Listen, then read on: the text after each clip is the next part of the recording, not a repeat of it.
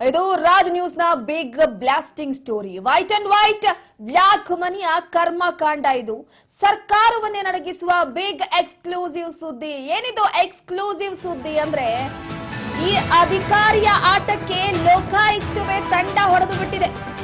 Shock ಆಗಿದೆ. Raj news ನಲ್ಲಿ ಲಂಚಾವತಾರದ big exclusive story ಇದು. ಲಕ್ಷ ಲಕ್ಷ ಅಲ್ಲ ಸ್ವಾಮಿ, ಕೋಟಿ ಕೋಟಿ ದಂಧೆಯ ಡೀಲ್ ಇದು. ಸರ್ಕಾರವನ್ನೇ ನಡಗಿಸುವಂತ ಬಿಗ್ ಎಕ್ಸ್ಕ್ಲೂಸಿವ್ ಸ್ಟೋರಿ. ಈ ಅಧಿಕಾರಿಯ ಆಟಕ್ಕೆ ನೋಡಿ ಲೋಕಾಯುಕ್ತ ಅಧಿಕಾರಿಗಳೇ ಶಾಕ್ ಆಗಿ ಹೋಗಿದ್ದಾರೆ. ಭ್ರಷ್ಟಾಧಿಕಾರಿಯ ಬ್ಲಾಕ್ ವೈಟ್ ಡೀಲ್ ನ ರಹಸ್ಯವನ್ನ ನಿಮ್ಮ ರಾಜ್ ನ್ಯೂಸ್ ಬಿಚ್ಚಿಡ್ತಾ ಇದೆ. ಏನದು? ಯಾರದು ಅಧಿಕಾರಿ? ಲಕ್ಷ ಲಕ್ಷ ಅಲ್ಲ, ಕೋಟಿ ಕೋಟಿಯ ದಂಧೆಯ ಡೀಲ್ ಹೇಗಿತ್ತು? ಹಾಗಿದ್ರೆ ಈ ವೈಟ್ ಅಂಡ್ ವೈಟ್ ಬ್ಲಾಕ್ ಮನಿಯ ಕರ್ಮಕಾಂಡದ ರಹಸ್ಯ ಏನಿದೆ, ಎಕ್ಸ್ಕ್ಲೂಸಿವ್ ಪ್ರತಿಯೊಂದು ಡೀಟೇಲ್ಸ್ ಅನ್ನ ನಾವು ನಿಮಗೆ ಕೊಡ್ತಾ ಹೋಗ್ತೀವಿ. ಯಾರದು ಅಧಿಕಾರಿ ಅನ್ನುವಂಥದ್ದು ಬಿಗ್ ಬ್ಲಾಸ್ಟಿಂಗ್ ಸ್ಟೋರಿ ಓನ್ಲಿ ನಿಮ್ಮ ರಾಜ್ ನ್ಯೂಸ್ ನಲ್ಲಿ ಮಾತ್ರ. ಈಗಾಗಲೇ ಪ್ರಮುಖವಾಗಿ ಟೌನ್ ಪ್ಲಾನಿಂಗ್ ಸಹಾಯಕನ ಮನೆಯ ಮೇಲೆ ರೇಡ್ ಮಾಡಲಾಗಿತ್ತು. ರೇಡ್ ಮಾಡಿದ ಲೋಕಾಯುಕ್ತ ಅಧಿಕಾರಿಗಳೇ ಶಾಕ್ ಆಗಿ ಹೋಗಿದ್ದಾರೆ. ಏನದು? ಈ ಶಾಕ್ ಹೇಗಾಯ್ತು ಅಂದ್ರೆ, ಅಧಿಕಾರಿಗಳಿಗೆ ಬೆದರಿಕೆ ಹಾಕಿದ್ನಂತೆ ಈ ಲೋಕಾಯುಕ್ತ ಅಧಿಕಾರಿ. ನೋಡಿ, ಪೊಲೀಸರಿಗೆ ಬೆದರಿಕೆ ಹಾಕಿರುವ ಮಾಹಿತಿ ಲಭ್ಯವಾಗಿದೆ. ಸಿದ್ದರಾಮಯ್ಯ ಸರ್ಕಾರವೇ ಬಿದ್ದು ಹೋಗುವ ಮಾತನ್ನ ಆಡಿದ್ದಾನಂತೆ. ಹಾಗಾದ್ರೆ ಯಾರು ಆ ಆಸಾಮಿ? ಯಾರು ಆ ಭ್ರಷ್ಟಾಧಿಕಾರಿ?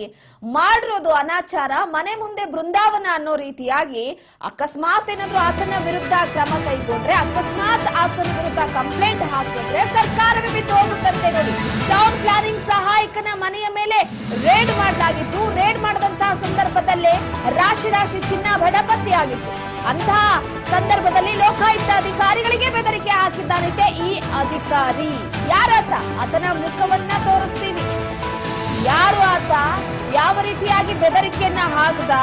ಸಿದ್ದರಾಮಯ್ಯನವರ ಸರ್ಕಾರವೇ ಬಿದ್ದು ಹೋಗುತ್ತೆ ಅಂತಂದ್ರೆ ಒಬ್ಬ ಅಧಿಕಾರಿಯ ಬಾಯಲ್ಲಿ ಮಾತು ಬಂದಿದೆ. ಯಾರು ಆ ಆಸಾಮಿ? ಯಾರು ಆ ಭ್ರಷ್ಟಾಧಿಕಾರಿ? ಹಾಕಿದೆ ನೋಡ್ಲೇಬೇಕು ನೀವು ಈ ಸ್ಟೋರಿಯನ್ನ. ಈಗಾಗಲೇ ಮಾಡಿರುವಂತದ್ದು ಗನಂಧಾರಿ ಕೆಲಸ. ಭ್ರಷ್ಟಾಚಾರದ ಮುಖಾಂತರವಾಗಿ ಕೋಟಿ ಕೋಟಿ ಹಣವನ್ನ ಕದ್ದಿದ್ದಾನೆ, ಲೂಟಿ ಹೊಡೆದಿದ್ದಾನೆ. ಈಗ ಸರ್ಕಾರವೇ ಬಿದ್ದು ಹೋಗುವ ಮಾತನಾಡಿದ್ದಾನೆ.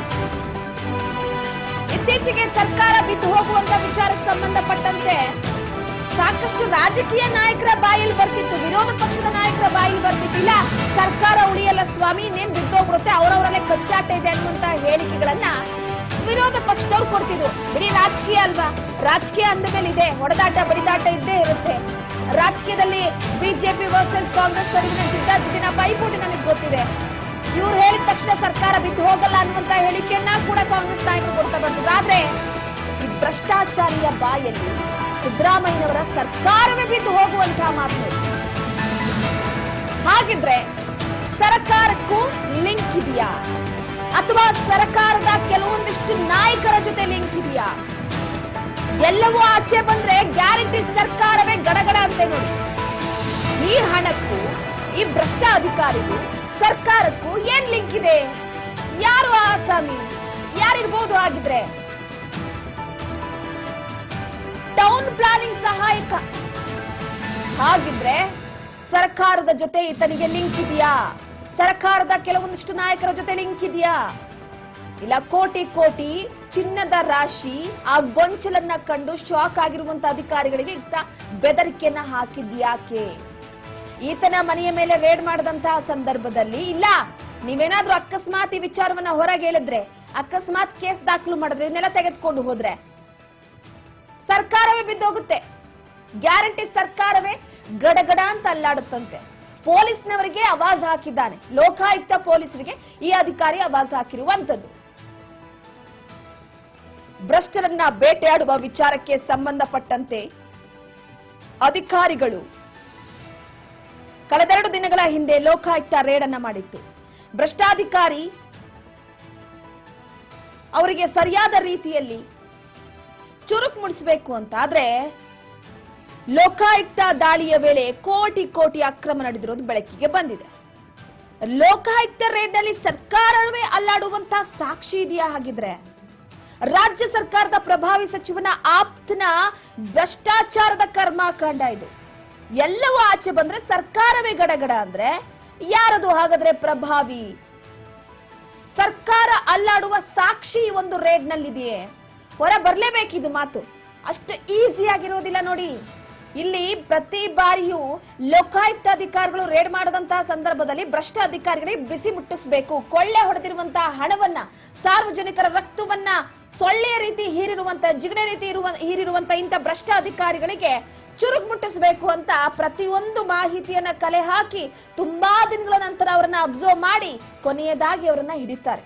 ಆದ್ರೆ ಇವೆಲ್ಲ ಆಚೆ ಬಂದ್ರೆ ಸರ್ಕಾರವೇ ನಡುಗುತ್ತೆ. ನಡುಗದಲ್ಲ, ಸರ್ಕಾರವೇ ಬಿದ್ದು ಹೋಗುತ್ತಂತೆ ಅಂತ ಮಾತನ್ನ ಆಡಿರುವಂತದ್ದು. ಸೊ ಹಾಗಾಗಿ ಸದ್ಯಕ್ಕೆ ಸಾಕಷ್ಟು ಕುತೂಹಲವನ್ನ ಕೇಳಿಸ್ತಾ ಇದೆ ಆತನ ಹೇಳಿಕೆ. ಕಳೆದೆರಡು ದಿನಗಳಿಂದ ಯಾವ ರೀತಿಯಾಗಿ ಅಧಿಕಾರಿಗಳು ಭ್ರಷ್ಟರ ಬೇಟೆಯನ್ನ ಮಾಡಿದ್ರು ಅಂತ ಗೊತ್ತಿದೆ. ಒಂದು ಬೀದರ್ನಲ್ಲಿ ರೇಡ್ ಅನ್ನ ಮಾಡಿದ್ರು, ಅದಾದ ನಂತರವಾಗಿ ಬೆಂಗಳೂರಿನಲ್ಲಿ ರೇಡ್ ಮಾಡಿದ್ರು. ಸೊ ಬೀದರ್ನಲ್ಲೂ ಕೂಡ ಕೆಲವೊಂದಿಷ್ಟು ಅಧಿಕಾರಿಯ ಮನೆ, ಬೆಂಗಳೂರಿನಲ್ಲಿ 3 IAS ಅಧಿಕಾರಿಯ ಮನೆಗಳ ಮೇಲೆ ರೇಡ್ ಮಾಡಿದ್ರು. ಅಂತಹ ಸಂದರ್ಭದಲ್ಲಿ ಟೌನ್ ಪ್ಲಾನಿಂಗ್ ಸಹಾಯಕನ ಮನೆಯ ಮೇಲೂ ಕೂಡ ರೇಡ್ ಮಾಡಿದ್ರು. ಈ ಸಂದರ್ಭದಲ್ಲಿ ನೀವು ಒಂದು ಫೋಟೋದಲ್ಲಿ ಗಮನಿಸ್ತಾ ಇರಬಹುದು, ಆ ಫೋಟೋದಲ್ಲಿರುವಂತಹ ಆ ರಾಶಿ ಚಿನ್ನದ ಕೆಲವೊಂದಿಷ್ಟು ಡೀಟೇಲ್ಸ್ ವಿಚಾರಕ್ಕೆ ಸಂಬಂಧಪಟ್ಟಂತೆ ಮಾತನಾಡೋದಾದ್ರೆ ಅಧಿಕಾರಿಗಳು ಇಷ್ಟೆಲ್ಲ ಚಿನ್ನ, ಇಷ್ಟೆಲ್ಲ ಬೆಳ್ಳಿ, ಲಕ್ಷ ನೋಟಿನ ಕಂತಿಯನ್ನ ಕಂಡು ದಂಗಾಗಿ ಹೋಗಿದ್ರು.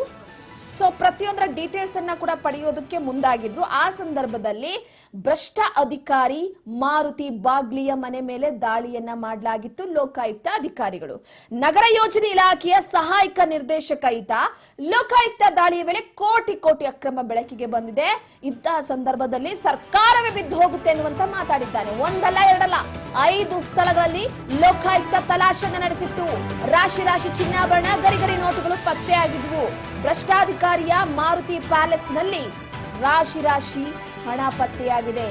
ಅದ್ರ ಜೊತೆಗೆ 20 ಎಕರೆ ಜಮೀನು, ಲೆಕ್ಕವಿಲ್ಲದಷ್ಟು ನಗದು, ಚಿನ್ನಾಭರಣ, 5 ಬಂಗಲೆಗಳು, 8 ಐಷಾರಾಮಿ ನಿವೇಶನಗಳು, ಒಟ್ಟು ಅಕ್ರಮ ಆಸ್ತಿಯ ಮೌಲ್ಯ 300 ಕೋಟಿ ರೂಪಾಯಿ ಬೆಳಕಿಗೆ ಬಂದಿದೆ ನೋಡಿ. ಒಬ್ಬ ಸರ್ಕಾರಿ ನೌಕರನ ಆಸ್ತಿಯ ವಿವರ 300 ಕೋಟಿ ರೂಪಾಯಿ. ರಾಶಿ ಹಣ, 20 ಎಕರೆ ಜಮೀನು, ಲೆಕ್ಕವಿಲ್ಲದಷ್ಟು ನಗದು, ಚಿನ್ನಾಭರಣ, 5 ಬಂಗಲೆಗಳು, 8 ಐಷಾರಾಮಿ ನಿವೇಶನಗಳು, 300 ಕೋಟಿ. ಸಿದ್ದರಾಮಯ್ಯನವರ ಹತ್ರನೂ ಇಷ್ಟ ಆಸ್ತಿ ಇಲ್ಲ ಅನ್ಸುತ್ತೆ. 300 ಕೋಟಿ ಆಸ್ತಿಯನ್ನ ಈತ ಹೊಂದಿರುವಂತದ್ದು ನೋಡಿ. ಒಬ್ಬ ಸಾಮಾನ್ಯ ಸರ್ಕಾರಿ ಅಧಿಕಾರಿ. ನಿಜವಾಗ್ಲೂ ಕೂಡ ಶಾಕ್ ಇದು. ರಾಜ್ಯ ಸರ್ಕಾರದ ಲೋಕಾಯುಕ್ತ ರೇಡ್ನಲ್ಲಿ ಸರ್ಕಾರವೇ ಅಲುಗಾಡುತ್ತೆ ಅನ್ನುವಂತ ಸಾಕ್ಷಿ. ಎಲ್ಲವೂ ಆಚೆ ಬಂದ್ರೆ ಸರ್ಕಾರ ಗಡಗಡನ ಹಾಗಿದ್ರೆ ಅನ್ನುವಂತಹ ಪ್ರಶ್ನೆ ಸದ್ಯಕ್ಕೆ ಕಾಡ್ತಾ ಇದೆ. ಟೌನ್ ಪ್ಲಾನಿಂಗ್ ಸಹಾಯಕನ ಮನೆಯ ಮೇಲೆ ರೇಡ್ ಮಾಡಿದಂತಹ ಸಂದರ್ಭದಲ್ಲೇ ಸಿಕ್ಕಂತದ್ದಿದು. ಅಧಿಕಾರಿಗಳಿಗೆ ಬೆದರಿಕೆ ಹಾಕಿದ್ನಂತೆ ಈತ. ಸೊ ಹಾಗಾದ್ರೆ ಆಸಾಮಿಯನ್ನ ಗಮನಿಸಿ, ಬಾಗ್ಲಿ ಮಾರುತಿ ಈತನೇ ಟೌನ್ ಪ್ಲಾನಿಂಗ್ ಅಧಿಕಾರಿ. ಇದು ರಾಜ್ ನ್ಯೂಸ್ ನ ಬಿಗ್ ಬ್ಲಾಸ್ಟಿಂಗ್ ಸ್ಟೋರಿ. ಈತ ಹೇಳಿರುವಂತಹ ಮಾತು, ಈ ವಿಚಾರ ಏನಾದ್ರೂ ಹೊರಗೆ ಬಂದ್ರೆ ಸರ್ಕಾರವೇ ನಡುಗ್ಬಿಡುತ್ತೆ. ಹಾಗಾದ್ರೆ ಈತನ ಹತ್ರ ಇರುವಂತಹ ಹಣಕ್ಕೆ ಸರ್ಕಾರದ ಲಿಂಕ್ ಇದೆಯಾ, ಅಥವಾ ಸರ್ಕಾರದಲ್ಲಿರುವಂತಹ ಕೆಲವೊಂದಿಷ್ಟು ಅಥವಾ ಯಾರೋ ಒಬ್ಬ ಸಚಿವ ನಾಯಕನ ಲಿಂಕ್ ಇದೆಯಾ? ಹೇಗ್ ಬಂತು ಈತನ ಬಾಯಲ್ಲಿ 300 ಕೋಟಿ ಆಸ್ತಿ ಅಂತ? ಅಂದ್ರೆ 300 ಕೋಟಿ ಆಸ್ತಿಯ ಹಿಂದೆ ಸಾಕಷ್ಟು ಕೈವಾಡಗಳಿರ್ಬೋದಾ? ಈಗಾಗಲೇ ಸದ್ಯದ ಮಟ್ಟಿಗೆ ಒಂದು ಕಡೆ ಈತನನ್ನ ಹಿಡಿದು ಕೆಲವೊಂದಿಷ್ಟು ಮಾಹಿತಿಗಳನ್ನ ಹೊರ ತೆಗಿಬೇಕಾಗಿದೆ. ಅದರ ಜೊತೆಗೆ ಏನಾಗಿದೆಯಪ್ಪ ಅಂದ್ರೆ ಭ್ರಷ್ಟ ಅಧಿಕಾರಿಗಳ ಮನೆಯಲ್ಲಿ ಸಿಕ್ಕಂತ ಕೋಟಿ ಚಿನ್ನಾಭರಣ, ಇದೆಲ್ಲದ್ರ ಬಗ್ಗೆ ಕೂಡ ಮಾಹಿತಿಯನ್ನ ಪಡಿಬೇಕಾಗಿದೆ. ಏಕಕಾಲಕ್ಕೆ ಬೆಂಗಳೂರು, ಶಿವಮೊಗ್ಗ, ಚಿಕ್ಕಮಗಳೂರು, ಆನೇಕಲ್, ಗದಗ, ಧಾರವಾಡ, ಕೊಪ್ಪಳ, ಕಲಬುರಗಿಯಲ್ಲಿ ಲೋಕಾಯುಕ್ತ ಅಧಿಕಾರಿಗಳು ದಾಳಿಯನ್ನ ನಡೆಸಿದ್ರು. ಸಾಕಷ್ಟು ಜನರ ಮನೆಯ ಮೇಲೆ ಅಧಿಕಾರಿಗಳು ಇದ್ದಕ್ಕಿದ್ದ ಹಾಗೆಯೇ ಬೆಳಗ್ಗೆನೆ ಶಾಕ್ ಕೊಟ್ಟಿದ್ರು. IAS ಅಧಿಕಾರಿ ಸೇರಿದಂತೆ ಹಲವಾರು ಸರ್ಕಾರಿ ಅಧಿಕಾರಿಗಳ ಮನೆಯ ಮೇಲೆ ರಾಜ್ಯದಾದ್ಯಂತ ದಾಳಿ ನಡೆಸಿದ್ರು. ಅಕ್ರಮ ಆಸ್ತಿ ಪ್ರಕರಣಗಳಿಗೆ ಸಂಬಂಧಪಟ್ಟಂತೆ ಅವರ ನಿವಾಸಗಳ ಮೇಲೆ ದಾಳಿಯನ್ನ ನಡೆಸಲಾಗಿತ್ತು. ವಿಶೇಷ ಜಿಲ್ಲಾಧಿಕಾರಿಗಳಾಗಿ ಸೇವೆ ಸಲ್ಲಿಸ್ತಾ ಇದ್ದಂಥವರು, ಅದಾದ ನಂತರವಾಗಿ IAS ಅಧಿಕಾರಿಯಾದಂಥವು ವಸಂತಿ ಅಮರ್, ಪಟ್ಟಣ ಯೋಜನಾ ಸಹಾಯಕ ನಿರ್ದೇಶಕಿ ಮಾರುತಿ ಬಾಗ್ಲಿ ಮತ್ತು ಬಿಬಿಎಂಪಿಯ ಕಾರ್ಯನಿರ್ವಾಹಕ ಇಂಜಿನಿಯರ್ ಯರ್ಯಪ್ಪ ರೆಡ್ಡಿ ಅವರ ಮನೆಗಳ ಮೇಲೆ ದಾಳಿ ಮಾಡಲಾಯಿತು. ಇದರಲ್ಲಿ ಮಾರುತಿ ಬಾಗ್ಲಿ ಅವರನ್ನ ನಾವು ಗಮನಿಸಬಹುದು. ಟೌನ್ ಪ್ಲಾನಿಂಗ್ ಅಧಿಕಾರಿ. ಈತನ ಮನೆಯಲ್ಲಿ ಸಿಕ್ಕಂತಹ ರಾಶಿ ರಾಶಿ ಚಿನ್ನಾಭರಣ ಅಕ್ರಮವಾಗಿ. ಎಸ್ಪಿ ವಂಶಿ ಕೃಷ್ಣ ನೇತೃತ್ವದ ಲೋಕಾಯುಕ್ತ ತಂಡವು ಆರೋಪಗಳ ತನಿಖೆ ನಡೆಸ್ತಾ ಇತ್ತು. ಮೂವರು ಅಧಿಕಾರಿಗಳ ಮನೆಯಲ್ಲಿ ಸಿಕ್ಕಂತಹ ಕೆಲವೊಂದಿಷ್ಟು ದಾಖಲೆಯನ್ನ ಪರಿಶೀಲನೆ ಮಾಡ್ತಾ ಇತ್ತು. ಇಂತಹ ಸಂದರ್ಭದಲ್ಲಿ ಕೋಟ್ಯಾಂತರ ರೂಪಾಯಿ ಬೆಲೆ ಬಾಳುವಂತ ಚಿನ್ನ, ಹಣ ಎಲ್ಲವೂ ಕೂಡ ಸಿಕ್ಕಿತ್ತು. ಅದೆಲ್ಲವನ್ನ ಕೂಡ ಸಂಗ್ರಹ ಮಾಡಿದ್ರು. ಲೋಕಾಯುಕ್ತ ಅಧಿಕಾರಿಗಳ ಮೇಲೆ ಈತ ಒಂದು ಧಮಕಿಯನ್ನ ಹಾಕಿದ್ದಾನೆ. ಏನಂತ? ಈ ವಿಚಾರ ಹೊರಗೋದ್ರೆ ಸರ್ಕಾರವೇ ಅಲುಗಾಡುತ್ತೆ ಅಂತ. ಇದ್ರ ಮಾತಿನ ಹಿಂದಿನ ರಹಸ್ಯವನ್ನ ಭೇದಿಸ್ತಾ ಹೋದ್ರೆ ಸದ್ಯಕ್ಕೆ ನಮಗೆ ಪ್ರಶ್ನೆ ಹುಡ್ತಾ ಹೋಗುತ್ತೆ, ಕೆಲವೊಂದಿಷ್ಟು ಪ್ರಶ್ನೆಗಳು ಹುಡ್ತಾ ಹೋಗುತ್ತೆ. ಸೊ ಹಾಗಾಗಿ ಒಂದು, ಈತನ ಮನೆಯಲ್ಲಿ ಹಣವನ್ನ ಸಂಗ್ರಹಿಸಿ ಇಡಲಾಗಿದೆಯಾ, ಇಲ್ಲ ಈತ 300 ಕೋಟಿ ಆಸ್ತಿಯನ್ನ ಹೊಂದಿರೋದು ಹೇಗೆ, ಸರ್ಕಾರ ಬಿದ್ದು ಹೋಗುವಂತ ವಿಚಾರಕ್ಕೆ ಸಂಬಂಧಪಟ್ಟಂತೆ ಇವನ ಬಾಯಲ್ಲಿ ಯಾಕೆ ಮಾತು ಬಂತು, ಕೋಟಿ ಕೋಟಿ ಹಣಕ್ಕೆ ಬೇರೆಯರೇ ವಾರಸ್ದಾರರಿದ್ದಾರ, ಹೆಸರಿಗಷ್ಟೇ ಬಾಗ್ಲಿ ಮಾರುತಿಯ ಮನೆಯಲ್ಲಿ ಹಣ ಇರಬಹುದಾ? ತುಂಬಾ ಆಳವಾಗಿ ಹೋಗೋದಾದ್ರೆ ಸಾಕಷ್ಟು ಪ್ರಶ್ನೆಗಳು ಬರುತ್ತೆ. ಪ್ಯಾಲೇಸ್ ಹೊಂದಿದ್ದಾನೆ ಈತ. ಮನೆ ಹೇಗಿದೆ ಅಂತಂದ್ರೆ ಪ್ಯಾಲೇಸ್ ಟೈಪ್ ಅಲ್ಲಿ ಇದೆ ಮನೆ. ಕೇವಲ ಮನೆಯೊಂದೇ ಅಲ್ಲ, ಈತನ ಹೆಸರಲ್ಲಿರುವಂತದ್ದು ನೋಡಿ 20 ಎಕರೆ ಜಮೀನಿದೆ, ಲೆಕ್ಕವಿಲ್ಲದಷ್ಟು ನಗದು ಇದೆ, ಚಿನ್ನಾಭರಣ ಇದೆ, 5 ಬಂಗಲೆಗಳು, ದೊಡ್ಡ ದೊಡ್ಡ ಬಂಗಲೆಗಳಿವೆ, 8 ಐಷಾರಾಮಿ ನಿವೇಶನಗಳಿವೆ. ಎಲ್ಲಾ ಆಸ್ತಿಯನ್ನ ಸೇರಿ ಜೊತೆ ಚಿನ್ನಾಭರಣ, ಆತನ ಹತ್ರ ಇರುವಂತಹ ಹಣಗಳ ಎಲ್ಲಾ ಒಟ್ಟು ಆಸ್ತಿ ಸೇರಿ 300 ಕೋಟಿ ರೂಪಾಯಿ ಬೆಳಕಿಗೆ ಬಂದಿದೆ ನೋಡಿ. ಹಾಗಾಗಿ ಒಂದು ಕಡೆ ಲೋಕಾಯುಕ್ತ ಅಧಿಕಾರಿಗಳಿಗೆ ಇದನ್ನ ಕಂಡು ಶಾಕ್ ಆಗಿದ್ದಾರೆ. ಶಾಕ್ ಆಗದೆ ಇನ್ನೇನಾಗುತ್ತೆ? ಭ್ರಷ್ಟರಿಗೆ ಶಾಕ್ ಕೊಟ್ಟಂತ ಲೋಕಾಯುಕ್ತ ಅಧಿಕಾರಿಗಳಿಗೆ ಶಾಕ್ ಕೊಟ್ಟಿದ್ದಾನೆ ಈತ. ಹಾಗಾಗಿ ಬೆಳ್ಳಂಬೆಳಗ್ಗೆ ಭ್ರಷ್ಟರಿಗೆ ಶಾಕ್ ಕೊಡೋದಕ್ಕೆ ಹೋದಂತ ಲೋಕಾಯುಕ್ತ ಅಧಿಕಾರಿಗಳಿಗೆ ಸರ್ಕಾರದ ಹೆಸರೇಳಿ ಮತ್ತಷ್ಟು ಶಾಕ್ ಕೊಟ್ಟಿದ್ದಾರೆ. ಈ ಹಿಂದೆ ಈ 3 ಅಧಿಕಾರಿಗಳ ವಿರುದ್ಧ ಸರ್ಕಾರಿ ಜಮೀನು ಅಕ್ರಮವಾಗಿ ಬೇರೆಯವರ ಹೆಸರಿಗೆ ವರ್ಗಾವಣೆ ಮಾಡಿರುವ ಆರೋಪ ಕೂಡ ಕೇಳಿಬರ್ತಾ ಇತ್ತು. ಅದರಲ್ಲೂ ಕೂಡ ಬಾಗ್ಲಿ ಮಾರುತಿ ಸಾಕಷ್ಟು ರೀತಿಯಲ್ಲಿ ಅಕ್ರಮ ಎಸಗಿದ್ದಾನೆ ಅನ್ನುವಂಥದ್ದು. ಸೊ ಎಸ್ಪಿ ವಂಶಿ ಕೃಷ್ಣ ನೇತೃತ್ವದ ಟೀಮ್ ದಾಳಿ ನಡೆಸಿ ಪರಿಶೀಲನೆಯನ್ನ ನಡೆಸಿದ್ರು. ಅಂತಹ ವೇಳೆ ಬಾಗ್ಲಿ ಮಾರುತಿ ಮನೆಯಲ್ಲಿ ಚಿನ್ನದ ಬಳೆ, ಚಿನ್ನದ ಕಾಸಿನ ಸರ, ಚಿನ್ನದ ಚೋಕರ್, ಚಿನ್ನದ ಲಾಂಗ್ ಚೈನ್, ಬಂಗಾರದ ಡಾಬು, ಚಿನ್ನದ ಉಂಗುರಗಳು, ಚಿನ್ನದ ನೆಕ್ಲೆಸ್ಗಳು, ಚಿನ್ನದ ಮಾಂಗಲ್ಯ ಸರ, ಚಿನ್ನದ ಹ್ಯಾಂಗಿಂಗ್ಸ್, ಚಿನ್ನದ ಜುಮ್ಕಿ, ಚಿನ್ನದ ಬೈತಲೆ, ಬೆಳ್ಳಿ ಕಾಲ್ಗೆಜ್ಜೆ, ಬೆಳ್ಳಿ ಸಾಮಗ್ರಿಗಳು, ವಾಚ್ಗಳು, ಬ್ರಾಂಡೆಡ್ ವಾಚ್ಗಳು, ಕ್ಯಾಶ್ಗಳು ಸಿಕ್ಕಿದ್ವು. ಈ ಮಾರುತಿ ಬಾಗ್ಲಿಯ ಹಿನ್ನೆಲೆಯನ್ನ ಒಂದ್ಸತಿ ನೋಡ್ಬಿಡೋಣ. 2010ನೇ ಸಾಲಿನಲ್ಲಿ ಸಹಾಯಕ ನಗರ ಯೋಜಕರಾಗಿ ಕೆಲಸವನ್ನ ಮಾಡ್ತಾ ಇರ್ತಾರೆ ನೋಡಿ. ಒಂದಲ್ಲ ಎರಡಲ್ಲ 5 ಸ್ಥಳಗಳಲ್ಲಿ ತಲಾಶನ್ನ ನಡೆಸ್ತಾರೆ ಲೋಕಾಯುಕ್ತ ಅಧಿಕಾರಿಗಳು. ರಾಶಿ ರಾಶಿ ಚಿನ್ನಾಭರಣ, ಗರಿ ನೋಟುಗಳು ಪತ್ತೆಯಾಗಿತ್ತು ಭ್ರಷ್ಟಾಧಿಕಾರಿ ಮಾರುತಿ ಪ್ಯಾಲೇಸ್ನಲ್ಲಿ. ಸೊ ಪ್ರಮುಖವಾಗಿ ಅಕ್ರಮ ಆಸ್ತಿಕೋರನಿಗೆ ಪ್ರಭಾವಿಯ ಶ್ರೀರಕ್ಷೆ ಇದೆಯಾ? ಹಾಗಿದ್ರೆ ಪ್ರಭಾವಿ ಸಚಿವರ ಆಪ್ತನ ಭ್ರಷ್ಟಾಚಾರದ ಕರಾಮತ್ತು ಇದು. ಯಾರದು ಹಾಗಿದ್ರೆ ಸಚಿವ? ಸರ್ಕಾರದ ಹೆಸರು ಬಂದಿದೆ ಅಂದ್ರೆ ಸರ್ಕಾರದಲ್ಲಿರುವಂತ ಸಚಿವನೇ ಇರಬೇಕಾಗಿದ್ರೆ ಭ್ರಷ್ಟಾಚಾರಿ ಆ ಪ್ರಭಾವಿ ನಾಯಕನ ಸಾಥ್ ಇದೆಯಾ ಈ ಭ್ರಷ್ಟಾಧಿಕಾರಿಗೆ? ಟೌನ್ ಪ್ಲಾನಿಂಗ್ ಅಧಿಕಾರಿಯ ಮೇಲೆ ಕೃಪಾ ಕಟಾಕ್ಷ ಇದೆಯಾ? ಸಚಿವನ ಕೃಪಾ ಕಟಾಕ್ಷ. ಅಕ್ರಮ ಆಸ್ತಿಕೋರನಿಗೆ ಪ್ರಭಾವಿಯ ಶ್ರೀರಕ್ಷೆ ಇರುವಂತ ಹಿನ್ನೆಲೆಯಲ್ಲಿ ಈ ರೀತಿಯ ಹೇಳಿಕೆಯನ್ನ ಕೊಟ್ನ. ಭ್ರಷ್ಟಾಧಿಕಾರಿಯ ಬಾಯಲ್ಲಿ ಸ್ವಲ್ಪನೂ ಭಯ ಇಲ್ಲ. ತನ್ನ ಮೇಲೆ ರೇಡ್ ಆಗಿದೆ, ಇಷ್ಟೊಂದು ಅಕ್ರಮ ಆಸ್ತಿಯ ವಿಚಾರಕ್ಕೆ ಸಂಬಂಧಪಟ್ಟಂತೆ ಪ್ರಶ್ನೆ ಕೇಳ್ತಿದ್ದಾರೆ, ದಾಖಲೆ ಪರಿಶೀಲನೆ ಮಾಡ್ತಿದ್ದಾರೆ ಅಂತ ಒಂದು ಸ್ವಲ್ಪನೂ ಭಯವಿಲ್ಲದೆ ಸರ್ಕಾರ ಬಿದ್ದೋಗುತ್ತೆ ಅನ್ನುವ ಹೇಳಿಕೆಯನ್ನ ಕೊಟ್ಟಿದ್ದಾನೆ. ಹಾಗಿದ್ರೆ ಭ್ರಷ್ಟ ಅಧಿಕಾರಿಗೆ ಪ್ರಭಾವಿ ಸಚಿವನ ಶ್ರೀರಕ್ಷೆ ಇದೆಯಾ? ಮಾರುತಿ ಬಾಗ್ಲಿ ಆಟೋ ಟೋಪಕ್ಕೆ ಸಾಕ್ಷಿಯಾಗಿದ್ದಾರಾ? ಹಾಗಿದ್ರೆ ಆ ಸಚಿವ, ನಾನು ಮೊದಲೇ ಹೇಳ್ತಾ ಇದ್ದೆ, ಈ ಮಾರುತಿ ಬಾಗ್ಲಿಯ ಹಿನ್ನೆಲೆಯನ್ನ 2010ನೇ ಸಾಲಿನಲ್ಲಿ ಸಹಾಯಕ ನಗರ ಯೋಜಕರಾಗಿ ಸಹಾಯಕ ನಿರ್ದೇಶಕರ ಕಚೇರಿ ಮೈಸೂರಿನಲ್ಲಿ ನೇಮಕ ಆಗ್ತಾರೆ.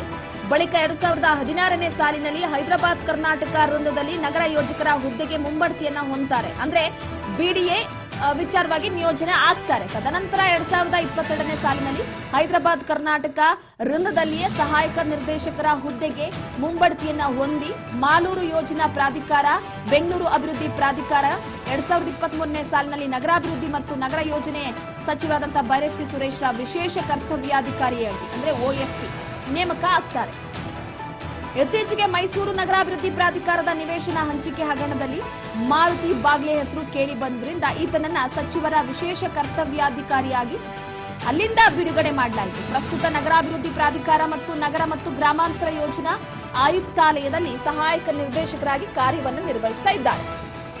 ಇವರಿಗೆ ಎಲ್ರಿಗೂ ಕೂಡ ನೀಡುವಂತೆ ಕಚೇರಿ ಕೆಲಸಗಳನ್ನ ನೀಡದೆ ಕೇವಲ ವರ್ಗಾವಣೆ, ಟೆಂಡರ್ ವಿಷಯಗಳನ್ನ ಮಾತ್ರ ನಿರ್ವಹಿಸುವಂತೆ ಆದೇಶ ಮಾಡಲಾಗಿದೆ. ಈಗಲೂ ಸಹ ನಗರಾಭಿವೃದ್ಧಿ ಮತ್ತು ನಗರ ಯೋಜನೆ ಸಚಿವರ ಅನಧಿಕೃತ ವಿಶೇಷ ಕರ್ತವ್ಯಾಧಿಕಾರಿಯಾಗಿ ಕಾರ್ಯವನ್ನು ನಿರ್ವಹಿಸ್ತಾ ಇರುವಂತದ್ದು. ನಿಯಮಾವಳಿಗಳಂತೆ ಹೈದರಾಬಾದ್ ಕರ್ನಾಟಕ ವೃಂದದಲ್ಲಿ ಮುಂಬತ್ತಿಯನ್ನ ಪಡೆದವರ ಕನಿಷ್ಠ 5 ವರ್ಷ ಹೈದರಾಬಾದ್ ಕರ್ನಾಟಕ ವ್ಯಾಪ್ತಿಯ ಜಿಲ್ಲೆಗಳಲ್ಲಿ ಸೇವೆ ಸಲ್ಲಿಸಬೇಕು. ಆದ್ರೆ ಬಾಗ್ಲಿ ಹೈದರಾಬಾದ್ ಕರ್ನಾಟಕ ವ್ಯಾಪ್ತಿಯಲ್ಲಿನ ಜಿಲ್ಲೆಗಳಲ್ಲಿ 1 ದಿನವೂ ಸಹ ಸೇವೆಯನ್ನ ಸಲ್ಲಿಸಿಲ್ಲ. ಮಾರುತಿ ಬಾಗ್ಲಿ ಹೈದರಾಬಾದ್ ಕರ್ನಾಟಕ ವೃಂದದಲ್ಲಿ ಅಕ್ರಮವಾಗಿ ಸಹಾಯಕ ನಿರ್ದೇಶಕರ ಹುದ್ದೆಗೆ ಮುಂಬಡ್ತಿ ಪಡೆದಿರುವುದು, ಅದರ ಜೊತೆಗೆ ಕರ್ನಾಟಕ ಆಡಳಿತ ನ್ಯಾಯಾಲಯ ಮಂಡಳಿ ಪ್ರಕರಣದಲ್ಲಿ ಕೆಲವೊಂದಿಷ್ಟು ಸಂಖ್ಯೆಯಲ್ಲಿ ಕೂಡ ವಜಾ ಮಾಡಿದ್ರು ಸಹ ಉಚ್ಚ ನ್ಯಾಯಾಲಯದಲ್ಲಿ ಪ್ರಕರಣ ಸಂಖ್ಯೆ ತಡೆಯಾಗದೆ ತಂದು ಅಕ್ರಮವಾಗಿ ಸಹಾಯಕ ನಿರ್ದೇಶಕರ ಹುದ್ದೆಯಲ್ಲಿ ಮುಂದುವರಿತಾ ಇರುವಂತಹ ಆರೋಪ ಕೂಡ ಕೇಳಿಬಂದಿತ್ತು.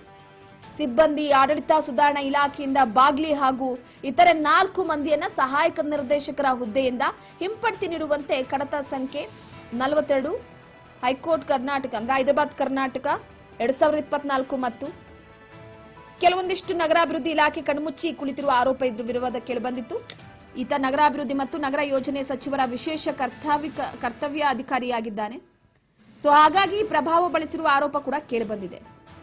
ಎಲ್ಲೋ ಒಂದು ಕಡೆ ಈ ವಿಚಾರಕ್ಕೆ ಸಂಬಂಧಪಟ್ಟಂತೆ ನೋಡೋದಾದ್ರೆ ಈತನ ಮೇಲೆ ಕೃಪಾ ಕಟಾಕ್ಷ ಇರುವಂತ ಆ ಸಚಿವ ಯಾರು ಹಾಗಿದ್ರೆ ಬೆದರಿಕೆ ಹಾಕಿದ್ದಾನೆ ಲೋಕಾಯುಕ್ತ ಅಧಿಕಾರಿಗಳಿಗೆ. 300 ಕೋಟಿ ರೂಪಾಯಿ ಬೆಳಕಿಗೆ ಬಂದಿದೆ. 300 ಕೋಟಿ ರೂಪಾಯಿ ಆಸ್ತಿಯನ್ನ ಹೊಂದಿರುವಂತದ್ದು ಈತ. ನಾನು ಮೊದಲೇ ಹೇಳಿದ ಹಾಗೆ ಆ ಒಂದು ಪಿಕ್ಚರ್ನಲ್ಲಿ ನಿಮ್ಗೆಲ್ಲ ಕೂಡ ಸಿಗ್ತಾ ಹೋಗುತ್ತೆ. ಈತ ನಿಜವಾಗ್ಲೂ ಕೂಡ ಭ್ರಷ್ಟ ಅಧಿಕಾರಿಯ? ಈತನಿಗೆ ಇಷ್ಟೆಲ್ಲ ಧೈರ್ಯ ಎಲ್ಲಿಂದ ಬಂತು? ಯಾವ ರೀತಿಯಾಗಿ ಈತ ಗೋಲ್ಮಾಲ್ ಮಾಡಿದ್ದಾನೆ? ಹೇಗಿದೆ ಆ ಪ್ರಭಾವಿಯ ಕೃಪಾ ಕಟಾಕ್ಷ? ಇವೆಲ್ಲವನ್ನ ಕೂಡ ನೀವು ಗಮನಿಸ್ತಾ ಹೋಗ್ಬೋದು. ಸೊ ಪ್ರಮುಖವಾಗಿ ಒಂದು ಶಾಕಿಂಗ್ ಸಂಗತಿ ಏನಪ್ಪಾ ಅಂದ್ರೆ ಈತನಿಗೆ ಪ್ರಭಾವಿ ಸಚಿವರ ಶ್ರೀರಕ್ಷೆ ಅಂತೂ ಇದೆ. ಆ ಪ್ರಭಾವಿ ಸಚಿವರ ಹೆಸರೇಳಲ್ಲ, ಆದ್ರೆ ಸರ್ಕಾರ ಬಿದ್ದು ಹೋಗುತ್ತೆ ಅಕಸ್ಮಾತ್ ಈ ವಿಚಾರ ಹೊರಗೋದ್ರೆ. ಪ್ರಭಾವಿ ನಾಯಕನ ಸಾಥ್ ಹಿನ್ನೆಲೆಯಲ್ಲೇ ಈತ ಇಷ್ಟೊಂದು ಧೈರ್ಯವಾಗಿ ಟೌನ್ ಪ್ಲಾನಿಂಗ್ ಅಧಿಕಾರಿಯ ಮೇಲೆ ಕೃಪಾ ಕಟಾಕ್ಷ ಇರೋದಕ್ಕೆ ಇಷ್ಟೊಂದು ಧೈರ್ಯವಾಗಿ SP ವಂಶಿ ಕೃಷ್ಣ ನೇತೃತ್ವದ ತಂಡಕ್ಕೆ ಬೆದರಿಕೆ ಹಾಕಿರುವಂತದ್ದು. ಅಕಸ್ಮಾತ್ ಆ ಸಚಿವನ ಹೆಸರು ಹೊರಗೆ ಬಂತು ಅಂದ್ರೆ ಜನರು ಚೀಮಾರಿ ಆಗ್ತಾರೆ. ಇಂಥ ಭ್ರಷ್ಟ ಅಧಿಕಾರಿಗೆ ಅವರ ಸಪೋರ್ಟ್ ಇದೆ, ಕೃಪಾ ಕಟಾಕ್ಷ ಇದೆ ಅಂತಂದ್ರೆ ನಿಜವಾಗ್ಲೂ ಕೂಡ ಬೇಸರದ ಸಂಗತಿ ಇದು.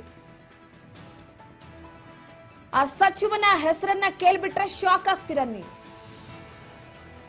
ನಿಮ್ಮ ರಾಜ್ ನ್ಯೂಸ್ನ ಬಿಗ್ ಎಕ್ಸ್ಕ್ಲೂಸಿವ್ ಸ್ಟೋರಿಯಲ್ಲಿ ಖಂಡಿತವಾಗ್ಲೂ ಇದೇ ವಿಚಾರಕ್ಕೆ ಸಂಬಂಧಪಟ್ಟಂತೆ ಸಚಿವ ಯಾರು, ಸಚಿವರ ಹಿನ್ನೆಲೆ, ಸಚಿವರ ಬಗ್ಗೆ, ಬಾಗ್ಲಿ ಮಾರುತಿ ಸಚಿವರ ನಡುವಿನ ನಂಟು ಪ್ರತಿಯೊಂದರ ಮಾಹಿತಿಯನ್ನು ಕೂಡ ಕೊಡ್ತೀವಿ. ಸೊ ಅದ್ರ ಜೊತೆಗೆ ಈ ಮಾರುತಿ ಬಾಗ್ಲಿಗೆ ಬಂದಿರುವಂತಹ ಈ ಒಂದು ಧೈರ್ಯ ಆ ಸಚಿವರ ಕೃಪಾ ಕಟಾಕ್ಷದಿಂದಲೇ ಅನ್ನುವಂಥದ್ದು ಗೊತ್ತಿದೆ.